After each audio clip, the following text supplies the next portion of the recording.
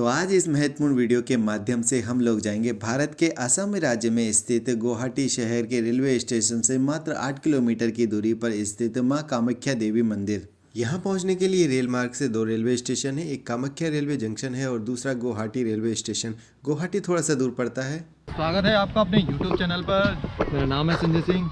तो आज हम लोग आ चुके हैं गुवाहाटी। तो जी हाँ, अभी गुवाहाटी रेलवे स्टेशन पे आ चुका हूँ और यहाँ से हम जाएंगे कामाख्या देवी मंदिर। तो बहुत सारी जगह है वो एक्सप्लोर करना है, ज़्यादा टाइम है नहीं, एक दिन का है। तो एक दिन में देखते हैं कितना एक्सप्लोर कर पाते हैं। गुवाहाटी रेलवे स्टेशन बहुत ही अच्छा है और कामाख्या जो मंदिर है वो जो कि गुवाहाटी रेलवे स्टेशन से मात्र 8 किलोमीटर की दूरी पर है, जिसके लिए आप पब्लिक ट्रांसपोर्ट से भी जा सकते हैं, बसेस वगैरह जाती हैं, या आप ऑटो से भी जा सकते हैं। तो ये अभी जो आप देख रहे हैं वो गुवाहाटी का रेलवे स्टेशन है। काफ़ी ज़्यादा स्वच्छ और साफ इसको बनाया गया है और गुवाहाटी रेलवे स्टेशन पर ही आपको इस तरह की सुंदर सुंदर कुछ झांकियाँ देखने को मिलती हैं जो यहाँ के रहन सहन, खान पान और कल्चर को बखूबी तरीके से दर्शाती हैं।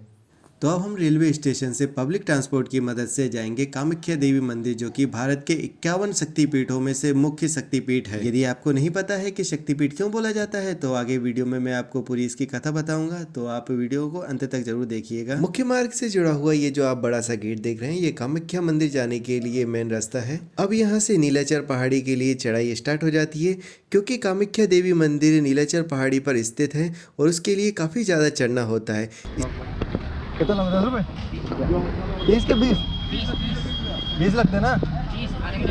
अगर आप इस पर्वत को चढ़ने में असमर्थ हैं तो यहाँ पर आपको इस तरह की छोटी गाड़ियाँ मिल जाती हैं जो 20 से 30 रुपये लेती हैं और आपको कामाख्या मंदिर के पास में जाकर उतार देती हैं। तो कामाख्या देवी मंदिर से करीबन 500 मीटर की दूरी पर ही ये स्टैंड बना हुआ है, जहाँ पर आपको वाहन उतार देते हैं। अब यहाँ से पैदल ही हमें कामाख्या देवी मंदिर के लिए जाना होगा। कामाख्या मंदिर पहुँचने से पहले ही आपको रास्ते में इस तरह की काफ़ी सारी चित्रकारियाँ मिल जाएंगी, जिसमें कामाख्या देवी की कथा के बारे में बताया गया है कि किस तरह से यह 51 शक्तिपीठों में मुख्य शक्तिपीठ माना जाता है, किस तरह से माँ सती का मृत शरीर लेते हुए पूरे ब्रह्मांड में शिव जी ने तांडव मचाया हुआ था। तब भगवान शंकर के उग्र रूप को शांत करने के लिए और माता सती के मृत शरीर का अंत करने के लिए भगवान विष्णु ने अपने सुदर्शन चक्र का इस्तेमाल किया, जिससे मां सती का शरीर 51 भागों में बट गया और जिस स्थान पर मां सती का शरीर का भाग गिरा वहां पर शक्तिपीठ की स्थापना हुई। 51 शक्तिपीठों में से यह कामाख्या शक्तिपीठ है, जहां पर मां सती का योनि भाग गिरा था। इस शक्तिपीठ की एक अच्छी बात यह भी है कि जहां पर और मंदिरों में मासिक धर्म के दौरान महिलाओं को पूजा पाठ का निषेध किया जाता है, वहीं पर इस मंदिर में आप मासिक धर्म के दौरान भी पूजा पाठ कर सकते हैं। अभी नवंबर का महीना चल रहा है, इस वजह से यहाँ पर श्रद्धालु का ज़्यादा तांता देखने को नहीं मिल रहा है, पर नवदुर्गा के समय यहाँ पर काफ़ी ज़्यादा श्रद्धालुओं की भीड़ हो जाती है। तो मार्केट बहुत ज़्यादा यहाँ पर बड़ा नहीं है, तो आप यहाँ से पूजा की सामग्री वगैरह ले सकते हैं, चुन्नी ले सकते हैं, नारियल ले सकते हैं, प्रसाद ले सकते हैं और ये सब आप लेने के बाद में मंदिर की ओर जा सकते हैं। तो फाइनली अब हम लोग आ चुके हैं मंदिर परिसर के अंदर और यहाँ का माहौल बहुत ज़्यादा शांत है। यहाँ आप मंदिर के अंदर कैमरा ला सकते हैं, फ़ोटो भी ले सकते हैं, पर मंदिर के अंदर कैमरा ले जाना, अंदर शूटिंग करना बिल्कुल भी अलाउ नहीं है। तो बाहर मंदिर परिसर में आप फ़ोटो शूट कर सकते हैं। गुंबदनुमा बने हुए ये मंदिर आपको देखने में भले ही छोटे लग रहे हों, पर ये अंदर तक धंसे हुए हैं और जब हम दर्शन के लिए जाते हैं तब इनके नीचे हमें उतरना होता है। मंदिर परिसर के अंदर मैंने चारों तरफ परिक्रमा को पूर्ण किया था और बड़े आराम से परिक्रमा को किया जा सकता है। इन मंदिरों के ऊपर की चोटियों को अगर आप देख रहे होंगे तो ये सोने की चोटियाँ बनी हुई है। ऐसा बताते हैं कि अंबानी परिवार एक बार यहाँ पर दर्शनों के लिए आया था, तब उन्होंने इन चोटियों में जो सोना लगा है उसको भेंट किया था। सभी श्रद्धालु यहाँ पर आकर अच्छे से पूजा कर सकें, आरती कर सकें, इसीलिए उनकी सुविधा के लिए यह आरती घर बनाया हुआ है, जहाँ पर आप पूजा कर सकते हैं, अपने दिए लगा सकते हैं, आरती कर सकते हैं। तो यहाँ पर काफ़ी सारे दिए रखे हुए थे। यह मंदिर कर्मकांड और तंत्र मंत्र की सिद्धि के लिए एक महत्वपूर्ण स्थान रखता है, इसीलिए यहाँ पर बहुत अधिक मात्रा में अघोरी और उगड़ बाबा आकर तंत्र मंत्र की विद्या को ग्रहण करते हैं और उसका अध्ययन करते हैं। अभी शाम के 4:30 बजे हुए हैं और सूर्यास्त होने लगा है, इस वजह से अंधेरा होने लगा है। और यहाँ पर गुवाहाटी में सूर्योदय और सूर्यास्त पहले ही हो जाता है। दिल्ली से करीबन 1 घंटे का डिफरेंस इसमें रहता है, मतलब 1 घंटे पहले सूर्य उदय होता है और सूर्य अस्त होता है। माता जी को दिया की आरती समर्पित करने के बाद में अब हम लोगों को जाना होगा दर्शन के लिए। तो दर्शनों के लिए आप नॉर्मल दर्शन भी कर सकते हैं और स्पेशल दर्शन भी कर सकते हैं। जो त्योहारों का समय होता है उस समय यहाँ पर भीड़ अधिक हो जाती है, तो आप उस समय स्पेशल रसीद के माध्यम से दर्शन कर सकते हैं जो 500 रुपये की होती है और 1 से 1.5 घंटे में आपका नंबर आ जाता है। अगर सामान्य दिनों में सामान्य तरीके से आप दर्शन करेंगे तो भी आपका 1 से 2 घंटे में नंबर आ जाता है। ये स्पेशल दर्शन तभी लें जब यहाँ पर काफ़ी ज़्यादा श्रद्धालुओं की भीड़ हो, अन्यथा आपको लेने की आवश्यकता नहीं है।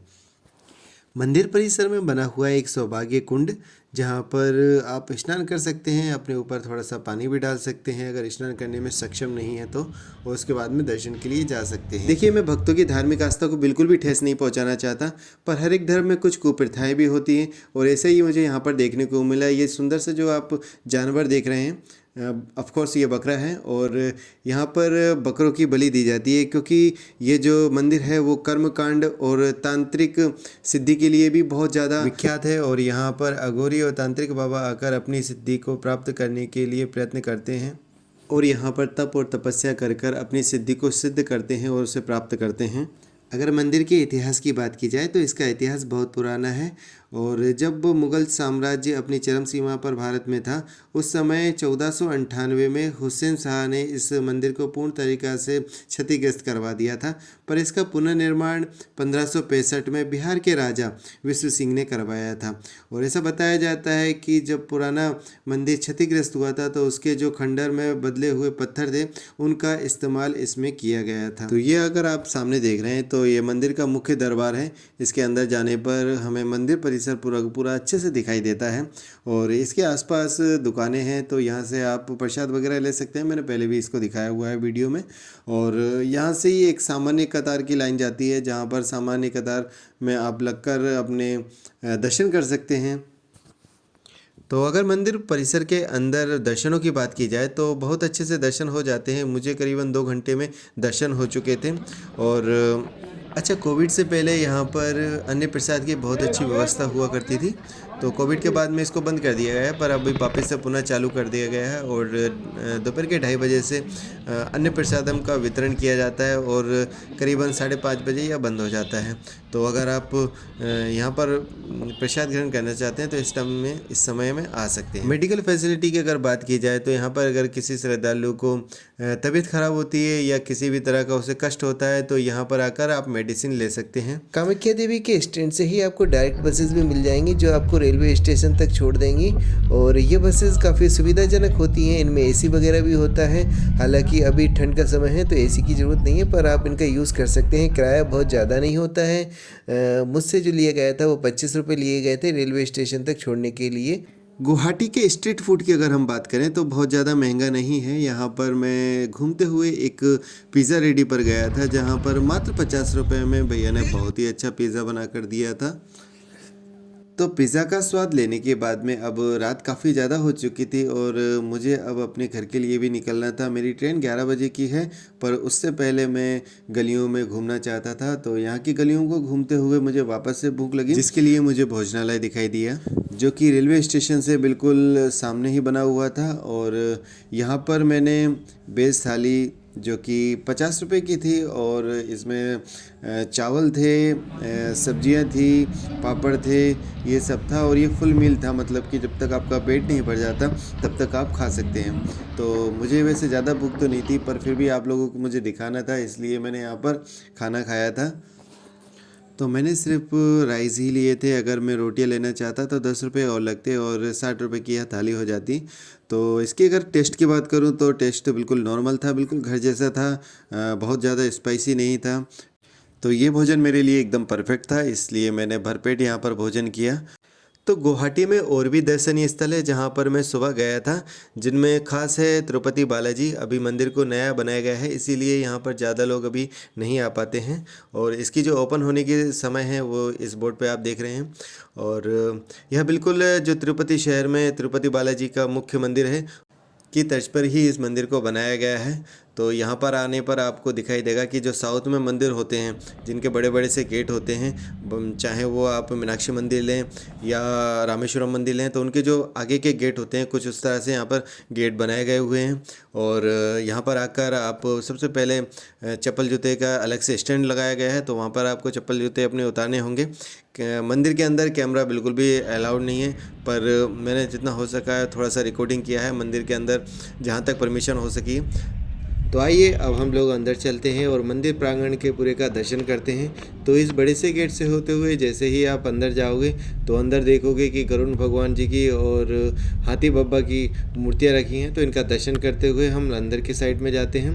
अभी जस्ट दरवाजे खुले ही हैं, इसीलिए यहाँ पर अभी श्रद्धालुओं की अधिक भीड़ नहीं है और हो सकता है कि अभी यहाँ पर कम लोग ही आते हों, कम श्रद्धालु ही आते हों, क्योंकि अभी नया बना हुआ है मंदिर। और मंदिर के आसपास जो उन्होंने बगीचे लगा रखे हैं वो बहुत ही ज़्यादा सुंदर हैं। तो यहाँ पर आकर आपको बहुत ही अच्छा लगेगा अगर आप यहाँ पर आते हैं। पहले हम माता पद्मावती जी का दर्शन करते हैं। पद्मावती जी जो हैं वो वेंकटेश तिरुपति बालाजी की धर्मपत्नी हैं। तो इनका दर्शन करने के बाद में अब हम लोग जाते हैं तिरुपति बालाजी के दर्शन करने के लिए। तो उनका दर्शन भी बहुत अच्छे से हो चुका है। तो यहाँ पर जो तिरुपति बालाजी का आपने देखा होगा, मेरे पहले वीडियो में भी तिरुपति बालाजी के मैंने वीडियोस डाल रखे हैं। तो वहाँ पे जो मंदिर बना है बिल्कुल उसी की तर्ज पे यहाँ पर एक मंदिर बनाया गया है, तो तिरुपति बालाजी को डेडिकेटेड है।